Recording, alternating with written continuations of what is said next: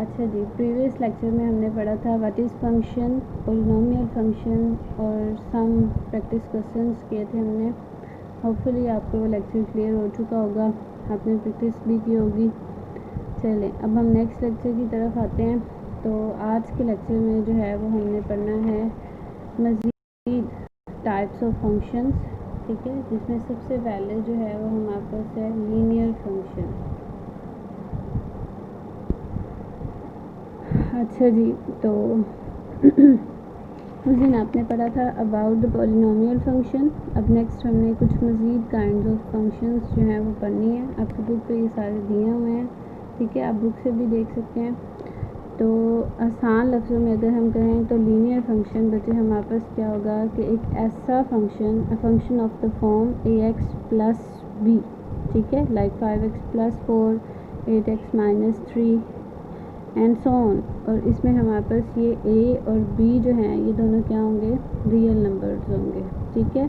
और इस x की पावर जो है वो आपके पास हमेशा क्या होगी, 1 होगी। मतलब ऐसा फंक्शन जिसकी डिग्री हमारे पास क्या हो, 1 हो, वो हमारे पास क्या कहलाएगा, लीनियर फंक्शन, ठीक है। नेक्स्ट हमारे पास है कांस्टेंट फंक्शन। अब देखिए नाम से ही जाहिर है, कांस्टेंट मतलब ऐसी चीज़ जो चेंज ना हो, तब्दील ना हो, बदले ना, ठीक है। अब मैंने आपको पहले भी बताया था कि फंक्शन जो है वो हमारे पास क्या होता है, a specific kind of relation between two sets. तो यहाँ पे भी हम दो सेट्स को डिस्कस कर रहे हैं, ए, ठीक है। तो ऐसा फंक्शन जिसमें हम x की कोई भी वैल्यू पुट करें लेकिन आंसर जो है वो आपके पास एक कांस्टेंट ही आ जाए, तो ऐसे फंक्शन को हम क्या कहेंगे, constant function. For all values of x belongs to x, क्योंकि आपको पता है ये जो x हम इंडिपेंडेंट वेरिएबल पुट करते हैं ये हम इस सेट से पुट करते हैं, ठीक है। और हमारे पास ये जो आंसर आता है वो आपके पास आपकी इस सेट में से आता है, मतलब y में से। नीचे जैसे फॉर एग्जांपल मैंने यहाँ पे दो सेट्स लिए हैं, set x 1 and up to so on, ये आपको पता है सेट ऑफ नेचुरल नंबर्स है। सिमिलरली y भी मैंने एक सेट ऑफ नेचुरल नंबर्स ले लिया, लेकिन मैंने फंक्शन जो है वो ये लिया है कि f of x is equal to 5। Means x में मैं यहाँ पे कोई भी वैल्यू पुट करूँगी तो मेरे पास आंसर क्या आ जाएगा, 5 आ जाएगा, ठीक है। तो अब देखिए यहाँ पे मैं x में 1 पुट करूँ, क्या इस फंक्शन पे कोई चेंज आएगा, नहीं आएगा, ये 5 ही रहेगा। 2 पुट करूँगी तब भी कोई चेंज नहीं आएगा, 3 पुट करूँगी तब भी कोई चेंज नहीं आएगा। तो ऐसे फंक्शन को हम क्या कहते हैं, कांस्टेंट फंक्शन, ठीक है, क्लियर है।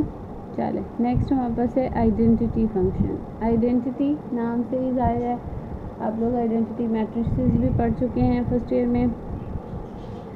तो आइडेंटिटी मैट्रिक्स हमारे पास, आइडेंटिटी फंक्शन जो है वो हमारे पास एक ऐसा फंक्शन होता है जिसे आसान लफ्ज़ों में अगर हम डिस्क्राइब करना चाहें तो क्या होगा कि I x to y between two sets, ये हमारे पास एक फंक्शन है जिसका मैंने नेम क्या रख दिया है, आई, ठीक है। और ये एक ऐसा फंक्शन है कि जब मैं इसमें x को पुट करती हूँ तो मेरे पास जो रिज़ल्ट है वो भी क्या आ जाएगा, x ही आ जाएगा, ठीक है। फॉर एग्ज़ाम्पल आपके पास एक सेट है 1 2 3 और यहाँ पे हमारे पास है 1 2 3। मैं यहाँ पे एक आइडेंटिटी फंक्शन बना रही हूँ, x is equal to x। Means मैं यहाँ 1 पुट करूँगी तो क्या रिज़ल्ट आएगा, 1, मतलब 1 जो है वो 1 पे मैप करेगा। 2 पुट करूँगी तो क्या रिज़ल्ट आ जाएगा, 2। 3 पुट करूँगी तो ये मेरे पास क्या आ जाएगा, 3, ठीक है। तो ऐसे फंक्शन को जिसमें हमारे पास जो भी x हो वही रिज़ल्ट x क्रिएट हो जाए, ऐसे फंक्शन को हम क्या बोलते हैं, आइडेंटिटी फंक्शन, ठीक है। फंक्शंस के बारे में आप पहले भी पढ़ चुके हैं, यहाँ मज़ीद थोड़ा सा हम रिकॉल कर रहे हैं जस्ट टाइप्स ऑफ फंक्शंस को, ठीक है। अच्छा जी, लास्ट वन हमारे पास है रैशनल फंक्शन। जैसे आपने रैशनल नंबर पढ़ा, a number of the form p over q, ठीक है। सिमिलरली उसी तरह से कोई भी function, a function of the form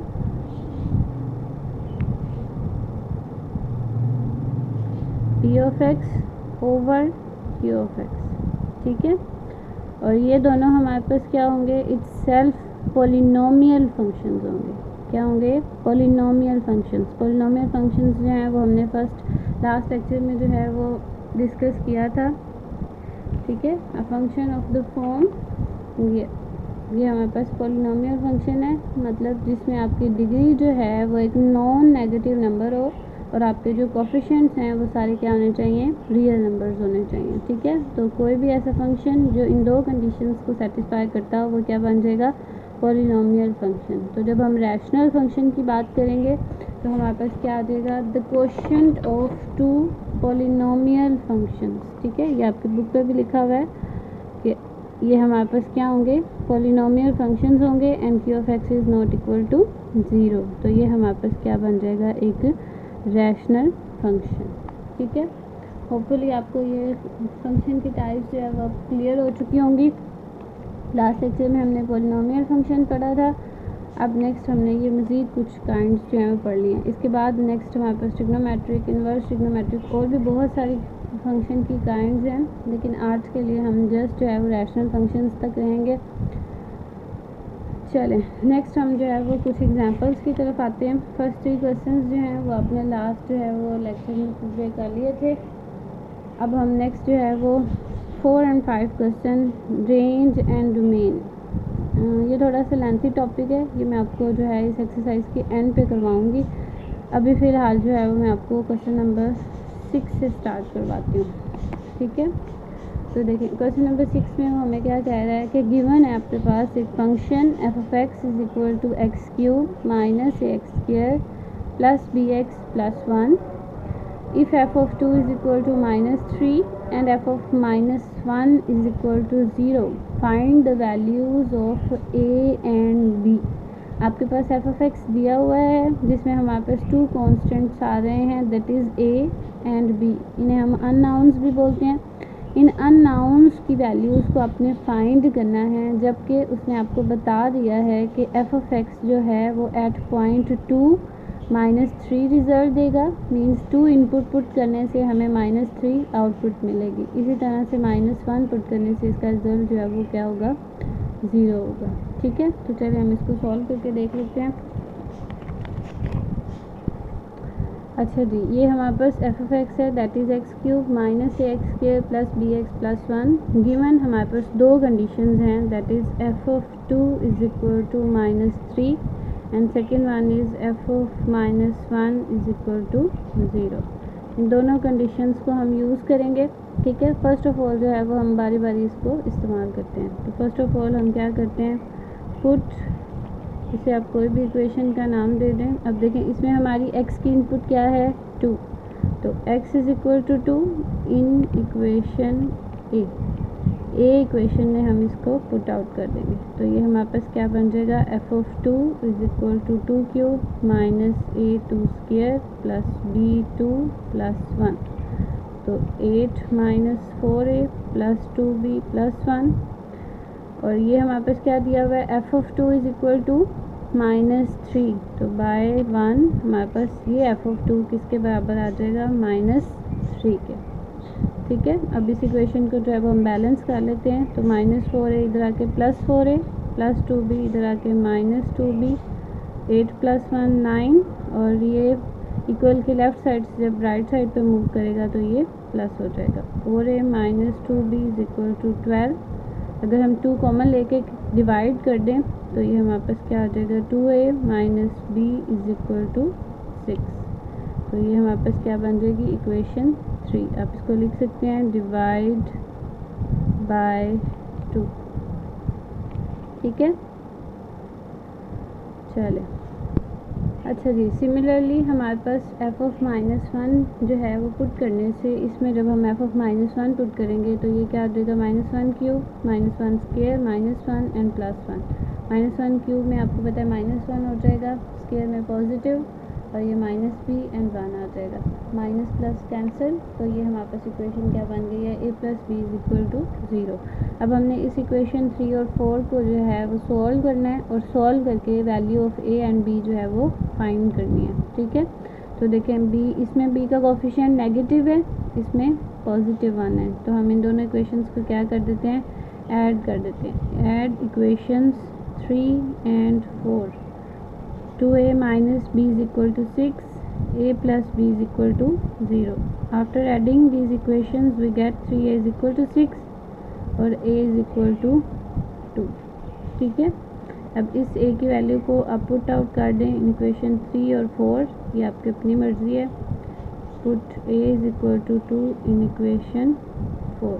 मैंने 4 में पुट कर दिया है, तो यहाँ पे 2 plus b is equal to 0, तो b इज़ इक्वल टू हमारे पास क्या आ जाएगा माइनस. और यही हमारी रिक्वायर्ड जो है वो सोल्यूशन है. हमें a और b की वैल्यूज़ चाहिए थी जो कि हमें मिल चुकी है. ठीक है, होपफुली ये क्लियर हो गया होगा. नेक्स्ट हमारे पास क्वेश्चन नंबर 6 है. अच्छा जी, क्वेश्चन नंबर 6 में क्या कहता है वो कि a stone falls from a height of 60 metre. हमारे पास हाइट है 60 मीटर की. लाइक आप एक अपने घर की छत पे ही खड़े हैं, तो ज़मीन से जो आपकी हाइट है वो कितनी है 60 मीटर, और आप एक पत्थर को जो है वो गिरा रहे हैं. एक stone falls from a height of 60 metre on the ground, ज़मीन पर. The height h after x seconds mean यहाँ पे उसने टाइम अननाउन दिया है. ठीक है, मतलब आपको पता नहीं है कि कितने सेकेंड्स के बाद, लेकिन सम सेकेंड्स के बाद आपके पास क्या हो रहा है इज़ अप्रोप्रिएट गिवन बाय. अच्छा जी, टाइम के लिए उसने आपको एक फंक्शन दे दिया है, that is h of x is equal to 40 minus 10x square where h is height. ठीक है, उसने क्या किया है, हाइट और टाइम के दरमियान एक फंक्शन बनाया है वेयर एक्स रेप्रेजेंट्स टाइम. ठीक है, एंड एज रेप्रेजेंट्स हाइट. ठीक है, तो इस फंक्शन की मदद से हमें क्या पता चलेगा कि आफ्टर x सेकेंड्स जो स्टोन है उसकी हाइट क्या होगी. चलें, तो फर्स्ट में उसने क्या कहा, what is the height of the stone when x is 1 second और 1.5 सेकेंड और 1.7 सेकेंड्स. ठीक है, मतलब हमने इन थ्री टाइम्स में फाइंड करना है कि हाइट ऑफ द स्टोन जो है वो क्या होगी. सेकेंड पार्ट में वो क्या कहता है, when does the stone strike the ground. चलिए पहले हम फर्स्ट पार्ट को डिस्कस करते हैं, नेक्स्ट सेकेंड को. अच्छा जी, तो फर्स्ट ऑफ ऑल हमारे पास एच ऑफ एक्स जो है वो दिया गया है, that is 40 minus 10x square. ठीक है, हमने क्या फाइंड करना है फर्स्ट पार्ट में कि after 1 second height of the stone क्या है. तो क्या करेंगे, सिंपली आपके पास देखें x इनपुट है, दैट इज़ 1 सेकेंड. इसको हम इसमें पुट करेंगे और वहाँ से हमें क्या मिल जाएगी, हमारी रिक्वायर्ड हाइट. तो h of 1 is equal to 40 minus 10 1 square. तो 40 माइनस 10, तो h ऑफ 1 क्या आ जाएगा 30 मीटर. अब क्योंकि हाइट हमारे पास मीटर्स में है, तो ये हमारे पास क्या आ जाएगा 30 मीटर. अब देखें, इनिशियली जब हमने स्टोन को फॉल किया, गिराया, तो उसकी हाइट क्या थी 60 मीटर. ठीक है, और अब हमारे पास आफ्टर 1 सेकेंड जो है वो हाइट क्या हो गई है 30 मीटर. इस सिमिलरली आप 1.5 सेकेंड्स एंड 1.7 सेकेंड्स के लिए भी कर सकते हैं. अब हम सेकेंड पार्ट की तरफ मूव करते हैं. सेकेंड पार्ट में देखिए वो कहता है when does the stone strikes the ground, कि कब वो पत्थर ज़मीन से टकराएगा. अब यहाँ पे हमने क्या करना है, हाइट नहीं फाइंड करनी, अब यहाँ पे हमने टाइम फाइंड करना है. व्हेन डज मीन्स कि आफ्टर व्हाट टाइम, कि कितने टाइम के बाद वो ज़मीन से टकराएगा. अब देखें, जब वो ज़मीन से टकरा गया, दैट मीन्स उसकी हाइट क्या हो गई 0 हो गई है. उसकी हाइट क्या हो जाएगी 0 हो जाएगी. तो अब हमारे पास हाइट जो है वो 0 हो जाएगी. हमारी रिक्वायर्ड जो है वो चीज़ क्या है, value of x means time find करना चाह रहे हैं. When does the stone strikes the ground. तो अब हम क्या करेंगे, when stone strikes the ground, H of x हमारे पास क्या हो जाएगा 0 हो जाएगा. मीन्स हमारी हाइट जो है वो क्या हो जाएगी 0 हो जाएगी. तो इसे हम 0 पुट कर देंगे. Minus 10x square left side पे आके ये पॉजिटिव हो जाएगा. इसे सॉल्व आउट करेंगे तो x square is equal to 4. And x is equal to ±2 seconds. अब देखें, आपको पता है x किसको रिप्रेजेंट कर रहा है? टाइम को। क्या टाइम कभी नेगेटिव होता है? नहीं होता। तो टाइम हमेशा हमारे पास क्या होता है? पॉजिटिव होता है। तो यहाँ से हमारे पास क्या रिज़ल्ट आया है कि आफ्टर 2 सेकेंड्स, या आप इसको इस तरह लिख सकते हैं कि x is equal to 2 seconds, stone जो है वो आपके पास स्ट्राइक द ग्राउंड। ठीक है, चलें, होपफुली मेरा हाल ये क्लियर हो गया। अब हम नेक्स्ट अपने टॉपिक की तरफ आते हैं, दैट इज़ पैरामीट्रिक इक्वेशंस। ये हमारा आज का लास्ट टॉपिक है। फर्स्टली हमने देखा टाइप्स ऑफ द फंक्शन में हमने अलजेब्राइक फंक्शंस देखे, उसके बाद हमने 2 एग्जांपल्स किए हैं। अब लास्ट आज का हमारा टॉपिक क्या है? Parametric equations. पैरामीट्रिक इक्वेशंस आसान वर्ड्स में बेटा हम कहें तो ऐसी इक्वेशंस, देखें जैसे आपने पहले हमारा एक फंक्शन है हमारे पास f(x) इक्वल्स टू 5x, ठीक है। इसमें आपके पास x इंडिपेंडेंट है, दैट इज़ जो कि आपकी इनपुट वैल्यू भी है। ये हम फर्स्ट लेक्चर में डिटेल से डिस्कस कर चुके हैं, और ये हमारी इनपुट भी है, ठीक है।